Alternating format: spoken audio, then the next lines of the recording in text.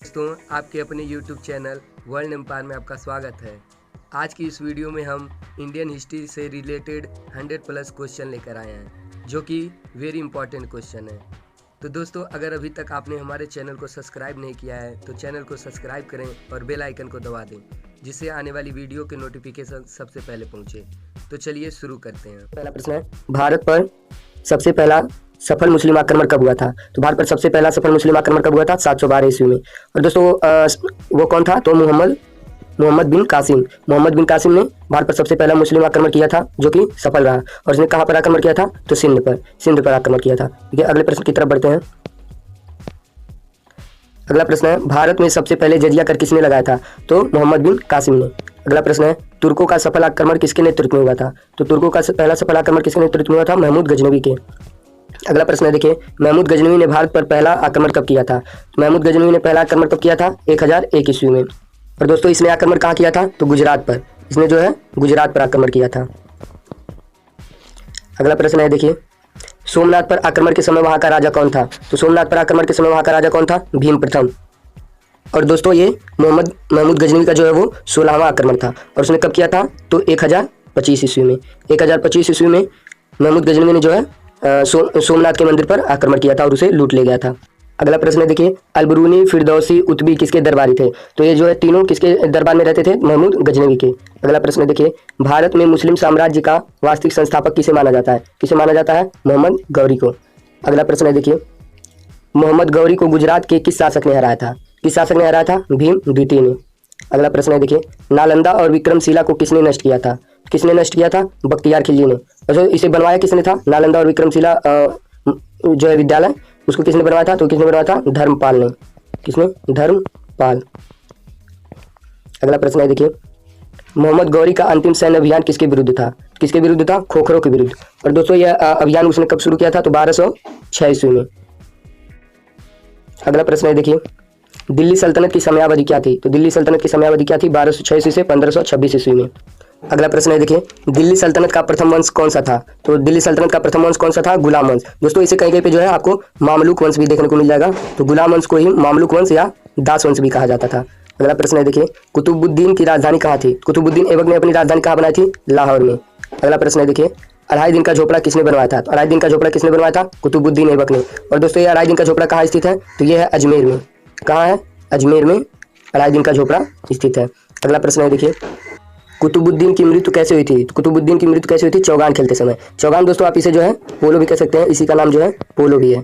पोलो खेलते समय जो है घोड़े से गिर जाने के कारण कुतुबुद्दीन ऐबक की मृत्यु हो गई थी। अगला प्रश्न है, देखिए, भारत में पोलो का प्रचलन किसने किया था? तो भारत में पोलो सबसे पहले कौन लेकर आए थे? तो वो लेकर आए थे तुर्क जो है भारत में सबसे पहले। प्रश्न है, देखिए, दिल्ली सल्तनत का वास्तविक संस्थापक किसे माना जाता है? तो दिल्ली सल्तनत का वास्तविक संस्थापक किसे माना जाता है? इल्तुतमिश को।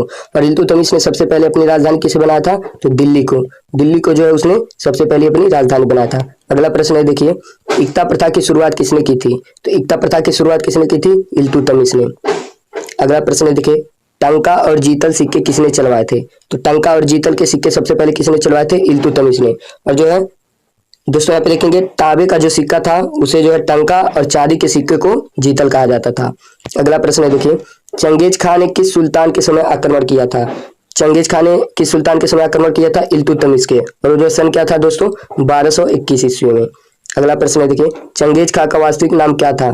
तो चंगेज का वास्तविक नाम क्या था? तैमुचिन। अगला प्रश्न है, देखिए, दिल्ली सल्तनत की एकमात्र महिला शासिका कौन थी? तो दिल्ली सल्तनत की एकमात्र मुस्लिम महिला शासिका कौन थी? रजिया सुल्तान। और जो है रजिया सुल्तान किसकी बेटी थी? तो इल्तुतमिश की जो है बेटी थी। अगला प्रश्न है, देखिए, तुर्काने चहलगानी का अंत किसने किया था? तो तुर्काने चहलगानी का अंत किसने किया था? बलबन ने। अगला प्रश्न है, देखिए, रक्त और लौ की युद्ध नीति किसने अपनाई थी? तो रक्त और लौ की युद्ध नीति किसने अपनाई थी? बलबन ने। किसने अपनाई थी? बलबन ने।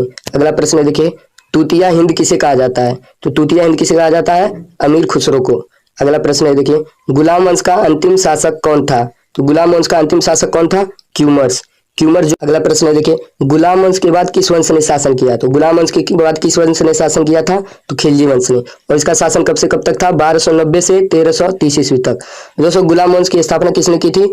तो जलालुद्दीन फिरोज शाह खिलजी ने जो है वो खिलजी वंश की स्थापना की थी। अगला प्रश्न है, देखिए खिलजी वंश का संस्थापक कौन था? तो देखिए यहाँ पे फिरोज शाह खिलजी, जलालुद्दीन फिरोज शाह खिलजी।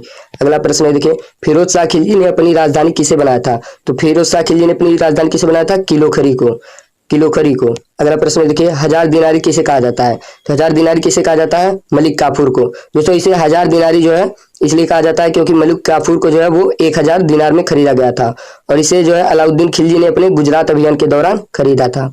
अगला प्रश्न है, देखिए अलाउद्दीन खिलजी के दक्षिण अभियान का नेतृत्व किसने किया था? तो दक्षिण अभियान का नेतृत्व किसने किया था? मलिक काफूर ने। अगला प्रश्न है, देखिए सीरी के किले का निर्माण किसने कराया था? तो सीरी के किले का निर्माण किसने कराया था? अलाउद्दीन खिलजी ने। दोस्तों साथ ही साथ में देख लेंगे अलाई दरवाजा, अलाई दरवाजा का निर्माण भी किसने कराया था? अलाउद्दीन खिलजी ने। अगला प्रश्न है, देखिए तुगलक वंश की नींव किसने रखी थी? तो तुगलक वंश की नींव किसने रखी थी? गयासुद्दीन तुगलक ने। अगला प्रश्न है, देखिए तुगलकाबाद की स्थापना किसने की थी? तो तुगलकाबाद की स्थापना किसने की थी? गयासुद्दीन तुगलक ने। अगला प्रश्न है, देखिए गयासुद्दीन तुगलक का उत्तराधिकारी कौन बना? तो गयासुद्दीन तुगलक की मृत्यु के बाद उसका उत्तराधिकारी कौन बना? मोहम्मद बिन तुगलक। अगला प्रश्न है, देखिए जौनपुर की स्थापना किसने की थी? जौनपुर की स्थापना किसने की थी? मोहम्मद बिन तुगलक, किंतु यह उसे जो है पूरा नहीं करवा पाया था। तो पूरा किसने कराया था? फिरोज शाह तुगलक। किसने करवाया था? फिरोज शाह तुगलक ने। फिरोज शाह तुगलक ने जौनपुर को जो है अस्थायी रूप से बसाया था। अगला प्रश्न है, देखिए सिंचाई कर किसने लगाया था? किसने लगाया था? फिरोज शाह तुगलक ने।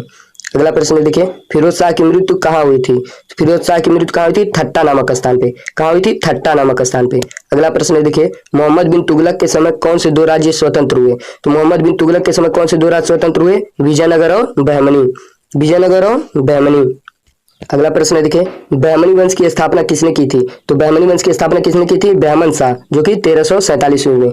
और दोस्तों यहाँ पे जो है विजयनगर की स्थापना किसने की थी? तो हरिहर और बुक्का। किसने की थी? हरिहर और बुक्का। अगला प्रश्न है, देखिए तैमूर लंग ने भारत पर आक्रमण कब किया था? तो तैमूर लंग ने भारत पर आक्रमण कब किया था? 1398 ईस्वी में।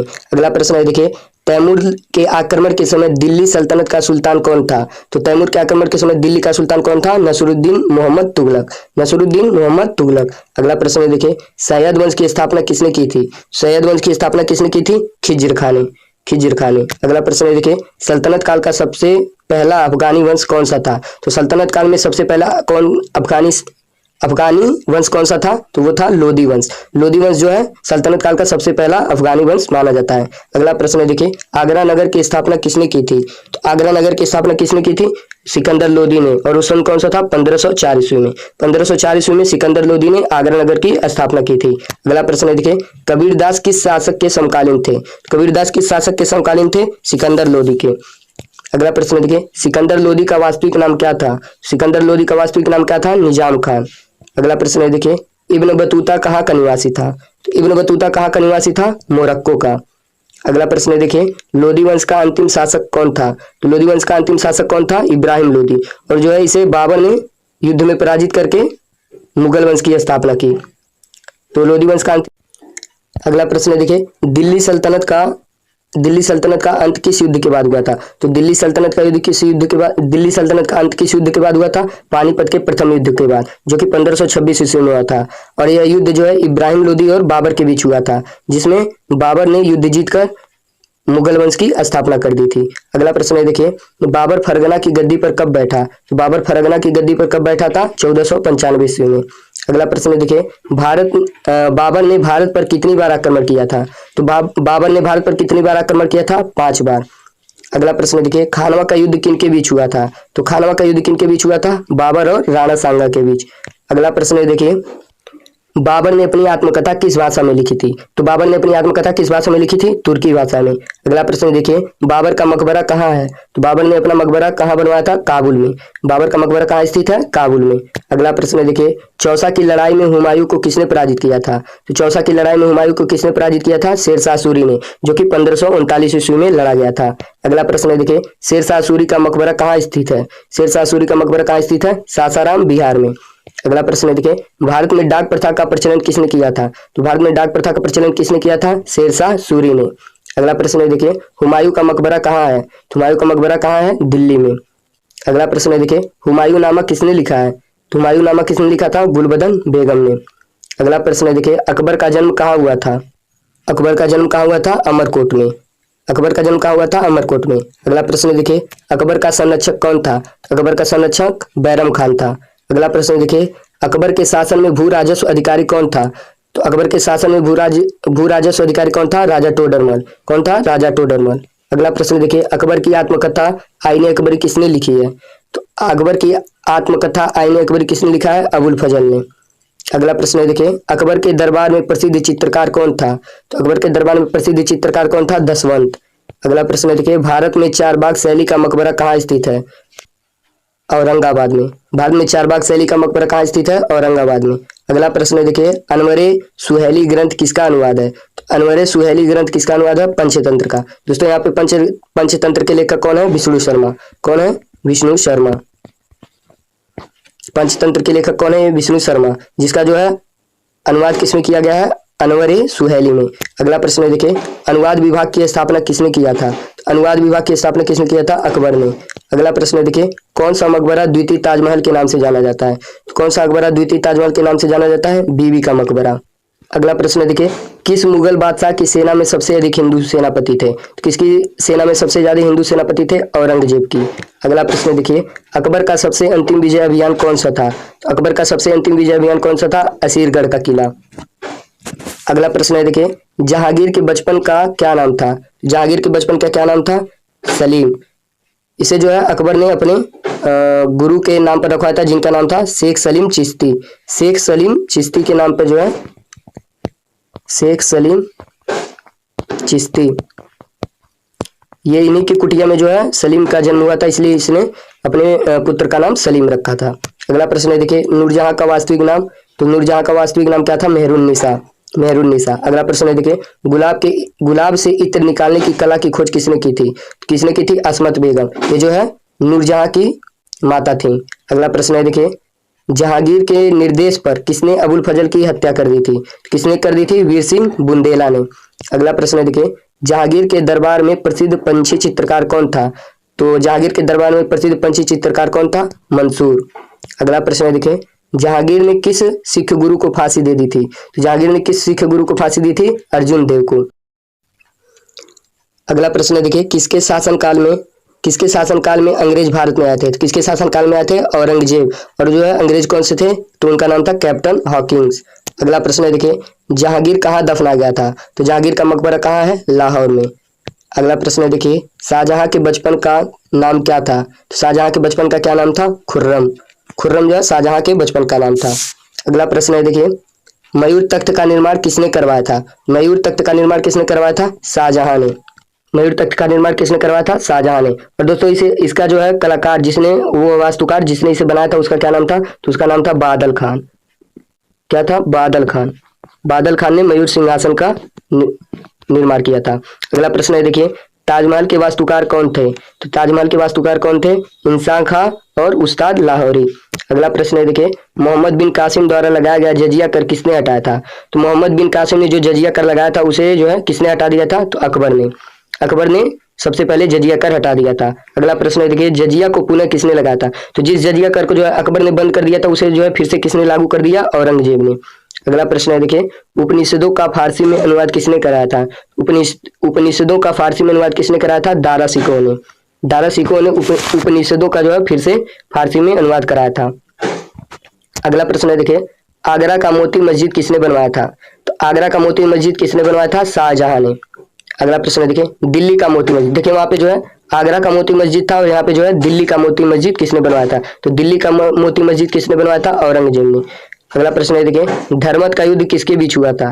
तो धर्मत का युद्ध किसके बीच हुआ था? दारा सिकोह और औरंगजेब के बीच, जो कि 1658 ईस्वी में लड़ा गया था। अगला प्रश्न है देखिए, औरंगजेब कौन सा वाद्य यंत्र बजाता था? तो औरंगजेब कौन सा वाद्य यंत्र बजाता था? वीणा। अगला प्रश्न है देखिए, औरंगजेब ने किस सिख गुरु को फांसी दी थी? तो औरंगजेब ने किस सिख गुरु को फांसी दी थी? गुरु तेग बहादुर को। गुरु तेग बहादुर को जो है औरंगजेब ने फांसी दी थी। अगला प्रश्न है देखिए, औरंगजेब का मकबरा कहाँ है? तो औरंगजेब का मकबरा कहाँ स्थित है? औरंगाबाद में। अगला प्रश्न है देखिए, यहाँ पे जो है कुछ युद्धों से जुड़े हुए प्रश्न दिए जा रहे हैं। तो तराइन का प्रथम युद्ध कब हुआ था? 1191 ईस्वी में। अगला प्रश्न है देखिए, पानीपत का प्रथम युद्ध कब हुआ था? तो 21 अप्रैल 1526 ईस्वी को। अगला है देखिए, पानीपत का द्वितीय युद्ध कब हुआ था? तो 1556 ईस्वी। अगला प्रश्न देखिए, खानवा का युद्ध कब हुआ था? 16 मार्च 1527 को।